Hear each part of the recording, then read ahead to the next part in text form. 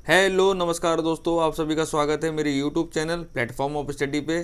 Friends, आप लोगों की डिमांड पे आज से मैं डीआरडीओ एमटीएस की तैयारी शुरू करा रहा हूँ, जो कि स्टार्टिंग का क्रैश कोर्स मैं आपको कराऊंगा। इस 2 महीने में आपको मैं डीआरडीओ एमटीएस की पूरी तैयारी में करवा दूंगा अपनी तरफ से, जितना मेरे से पॉसिबल हो सकेगा। ठीक है, क्योंकि डीआरडीओ एमटीएस की परीक्षा अब जल्दी ही होने वाली है। एक्सपेक्टेड ये मान के चलिए मार्च अप्रैल में हो सका इसकी परीक्षा हो ही जाएगी, क्योंकि लास्ट टाइम इसकी परीक्षा होनी थी, लेकिन वो कोरोना की वजह से इसका परीक्षा लास्ट बार पोस्टपोन कर दिया गया था। जिसकी डेट अभी तक तो नहीं आई है, उसकी एक्सपेक्टेड डेट जो चल रही है वो मार्च अप्रैल में ही चल रही है कि डीआरडीओ एमटीएस की परीक्षा का जो डेट है वो जल्दी ही रिलीज करेगा डीआरडीओ। ठीक है, तो आप लोग तो तैयारी करते रहिए। पेपर का डेट का वेट मत कीजिए, अपनी तैयारी को भरपूर कीजिए। जैसी आपकी तैयारी अच्छी रहेगी, जब भी डेट आएगी आपका पेपर अच्छा हो जाएगा और आपको जॉब मिल जाएगी, क्योंकि डीआरडीओ एमटीएस में कंपटीशन बहुत ज़्यादा है। ठीक है ना, हाई स्कूल लेवल वैकेंसी और डीआरडीओ की रेपुटेड संस्था है, यहाँ पे हर बंदा जॉब करना चाहता है। ठीक है, तो आज हम इस वीडियो में जनरल नॉलेज का पहला भाग हम करेंगे। जनरल नॉलेज की वीडियो है ये, जिसमें हम टॉप 20 क्वेश्चन करेंगे, जो कि ये प्रीवियसली डीआरडीओ में पूछे हुए क्वेश्चन है और बार बार आगामी परीक्षाओं में भी ये पूछे जा सकते हैं और रिपीट होते रहते हैं। ठीक है ना, तो जो लोग मेरे चैनल फर्स्ट टाइम आए हैं, मेरे चैनल सब्सक्राइब कर लीजिएगा और बगल में बेल आइकन को भी दबा लीजिएगा, ताकि आपको इस तरह की वीडियो की नोटिफिकेशन है पहले प्राप्त हो जाए। और अपने दोस्तों को बताइएगा कि इस चैनल पर डीआरडीओ एमटीएस की जो क्रैश कोर्स है वो शुरू कर दिया गया है, तो जो लोग इंटरेस्टेड होंगे वो अपने शेयर कर देंगे इस वीडियो को। और टेलीग्राम चैनल यहाँ से ज्वाइन कर लीजिएगा, जिसका लिंक मेरे वीडियो डिस्क्रिप्शन बॉक्स में दे रखा है। तो चलिए पहले सवाल से शुरुआत करते हैं। तो फ्रेंड, पहला क्वेश्चन है, भगवान महावीर का प्रथम शिष्य कौन था? Who was the first disciple of Lord Mahavira? तो फ्रेंड, सब जानते हैं महावीर का जो प्रथम शिष्य थे वो कौन थे? वो उन्हीं के ही दामाद थे, जिनका नाम था जमाली। तो राइट आंसर हो जाएगा हमारा ऑप्शन नंबर ए, जमाली। अब आपको यहाँ से 2-3 क्वेश्चन पता होना चाहिए। महावीर जैन, टोटल जैन में तीर्थांकर कितने हुए? तो टोटल 24 तीर्थांकर हुए, और महावीर जैन थे ये 24वें तीर्थांकर, लास्ट तीर्थांकर थे। पहले कौन थे? वो थे हमारे ऋषभ देव।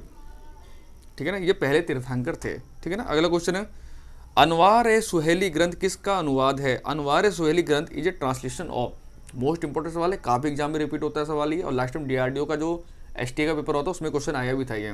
तो फ्रेंड, जो अनवार ए सुहेली ग्रंथ है ये पंचतंत्र का अनुवाद किया गया है, ऑप्शन नंबर ए। ठीक है ना, अब पंचतंत्र के लेखक कौन है? ये किताब बहुत ज़्यादा पूछी जाती है एग्जाम में, जिसके लेखक कौन है? विष्णु शर्मा। ठीक है ना, अगला क्वेश्चन है, दिल्ली स्थित लाल किले का निर्माण किस मुगल बादशाह ने करवाया था? Which Mughal emperor build the Red Fort in Delhi? तो रेड फोर्ट आप लोग गए होंगे, बहुत से लोग आपने घूमे होंगे लाल किले में, और इस लाल किले का जो निर्माण है वो करवाया था किसने? मुगल बादशाह शाहजहां ने, ऑप्शन नंबर बी। और शाहजहां ही वो व्यक्ति है जिसने ताजमहल भी बनवाया था अपनी बीवी मुमताज महल के लिए। ठीक है ना, अगला क्वेश्चन है, भारतीय राष्ट्रीय कांग्रेस की स्थापना कब की गई थी? तो फ्रेंड, बहुत इंपॉर्टेंट सवाल है। भारतीय राष्ट्रीय कांग्रेस बहुत इंपॉर्टेंट चैप्टर है, यहाँ से हमेशा क्वेश्चन पूछे जाते हैं एग्जाम में। और भारतीय राष्ट्रीय कांग्रेस जो स्थापना हुई थी ये हुई थी 1885 में। तो राइट आंसर होगा ऑप्शन नंबर है 1885। ठीक है ना, किसने की थी? तो वो की थी A.O. ह्यूम ने। ठीक है ना, अगला क्वेश्चन है, किस गवर्नर जनरल के कार्यकाल के दौरान भारतीय राष्ट्रीय कांग्रेस बनी थी? The Indian National Congress was formed during the tenure of which governor general? ये भी इंपॉर्टेंट सवाल है, ये भी काफी एग्जाम पूछा गया है फ्रेंड। तो उस समय जो गवर्नर जनरल था भारत का 1885 के दौरान, वो कौन था? लॉर्ड डफरिन था। तो राइट आंसर होगा option number C, Lord Dufferin. ठीक है ना, अगला क्वेश्चन है, हड़प्पा सभ्यता की खोज किसने की थी? Who discovered Harappa civilization? बहुत इंपॉर्टेंट सवाल है। यहाँ से सवाल तो डायरेक्ट ये पूछा जाता है कि हड़प्पा जो सभ्यता थी ये किस नदी किनारे पे थी? तो इसका पहले आपको रखना है, ये रावी नदी किनारे पे है हड़प्पा, और एक था मोहनजोदड़ो जो कि सिंधु नदी किनारे पे है। ठीक है ना, और इसकी खोज का जो श्रेय दिया जाता है वो दिया जाता है दयाराम साहनी को, ऑप्शन नंबर ए। और कब की गई थी? 1921 में इसकी खोज करी गई थी। ठीक है ना, अगला क्वेश्चन है, तराइन का प्रथम युद्ध 1191 किसके मध्य लड़ा गया? First battle of Tarain was fought between. तो फ्रेंड, तराइन के 2 युद्ध हुए थे, एक हुआ था 1191, एक हुआ था 1192 में। तो जो 1191 का युद्ध हुआ था उसमें पृथ्वीराज चौहान की जीत हुई थी और मोहम्मद गौरी की हार हुई थी। लेकिन 1192 में इसका अपोजिट हो गया, मोहम्मद गौरी जीत गया, पृथ्वीराज चौहान की हार हो जाती है। तो किसके भी लड़ा गया था? ये लड़ा गया था पृथ्वीराज, कहाँ गया? मोहम्मद गौरी, पृथ्वीराज तृतीय। ठीक है ना, ऑप्शन नंबर बी। अगला क्वेश्चन है, विधवा पुनर्विवाह कानून कब बना? When did widow remarriage law be made?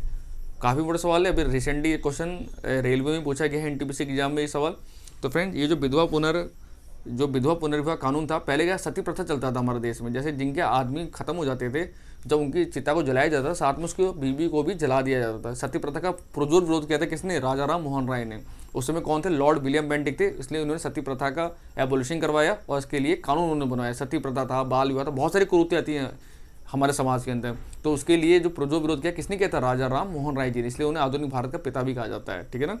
और ये जो एक्ट आया था, ये आया था कब? 1856 में, 1856 में, ऑप्शन नंबर बी। अगला क्वेश्चन है, कुचिपुड़ी नृत्य कहाँ आरंभ हुआ था? तो फ्रेंड कुचिपुड़ी एक टाइप का शास्त्रीय नृत्य है, टोटल 8 शास्त्रीय नृत्य हैं हमारे देश में, और जो कुचिपुड़ी है ये बिलोंग करता है आपका कहाँ से? ये आंध्र प्रदेश से। तो राइट आंसर होगा हमारा आंध्र प्रदेश में, ऑप्शन नंबर बी। और आंध्र प्रदेश से एक स्टेट अलग हुआ था, इसका नाम क्या है? तेलंगाना, जो कि 2 जून 2014 को फॉर्म हुआ था उसका, ठीक है ना। अगला क्वेश्चन है, ताजमहल का डिजाइन तैयार करने वाला वास्तुकार कौन था? मोस्ट इंपॉर्टेंट सवाल है, काफी एग्जाम में आया है सवाल ये। तो फ्रेंड ताजमहल का who was the architect to design the Taj Mahal? तो ताजमहल का जो आर्किटेक्ट माना जाता है वो किसको माना जाता है? उस्ताद ईसा को, ऑप्शन नंबर बी, ठीक है ना।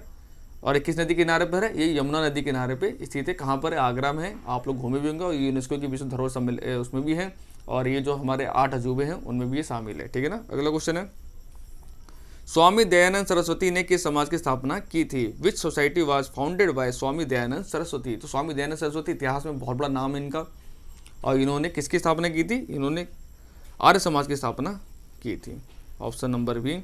कब की थी? 1875 में, ठीक है ना, बम्बई के अंदर इन्होंने किया था। अगला क्वेश्चन है, भारत की प्रथम महिला शासक बनी थी, became the first female ruler of India? तो फ्रेंड जो भारत की पहली महिला शासिका थी वो कौन थी? वो गुलाम वंश की थी, कुतुबुद्दीन का जो गुलाम था इल्तुतमिश, उसकी बेटी थी। इल्तुतमिश की बेटी का क्या नाम था? रजिया सुल्तान। तो राइट आंसर होगा हमारा रजिया बेगम या रजिया सुल्तान लिख के जाता है, ऑप्शन नंबर बी, ठीक है ना। अगला क्वेश्चन है, टीपू सुल्तान कहाँ का शासक था? Where was Tipu Sultan the ruler? तो टीपू सुल्तान हैदर का बेटा था, और इनका जो मैक्सिमम कहाँ पे थे? ये बिलोंग करते थे तुम्हारे यहाँ से, मैसूर से, ऑप्शन नंबर सी, ठीक है ना। कर्नाटका का जो एरिया है उधर इनका रूल होता था, और इसको मैसूर को टाइगर भी कहा जाता है। ये क्वेश्चन भी आया हुआ है, आरपीएफ को एग्जाम में क्वेश्चन आया भी था कि टीपू सुल्तान को क्या कहा जाता था? उसको मैसूर का टाइगर कहा जाता था, ठीक है ना। अगला क्वेश्चन है, मणिपुर की राजधानी, कैपिटल ऑफ मणिपुर? तो फ्रेंड आपको सारी कैपिटल, गवर्नर, सीएम ये सब आपको याद होने चाहिए, और मणिपुर की जो राजधानी है वो है Imphal, option number A. Option number B है दिसपुर, ये किसकी राजधानी है? ये राजधानी है असम की। और ईटानगर किसकी है? ये है अरुणाचल प्रदेश। अगला क्वेश्चन है, डायनामाइट के आविष्कारक निम्नलिखित में से कौन है?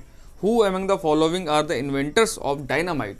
तो फ्रेंड डायनामाइट बहुत जिसने इसकी खोज की थी उसी के नाम पे आज तक नोबेल प्राइज हमको बांटे जा रहे हैं। अब नाम समझिए कौन है डायनामाइट का जो वो था इन्वेंटर, वो कौन था? अल्फ्रेड नोबल, ऑप्शन नंबर और सी। इसी की याद में ही स्वीडिश एकेडमी के द्वारा हर साल नोबेल प्राइज दिए जाते हैं। कितने फील्ड में? 6 फील्ड में दिए जाते हैं।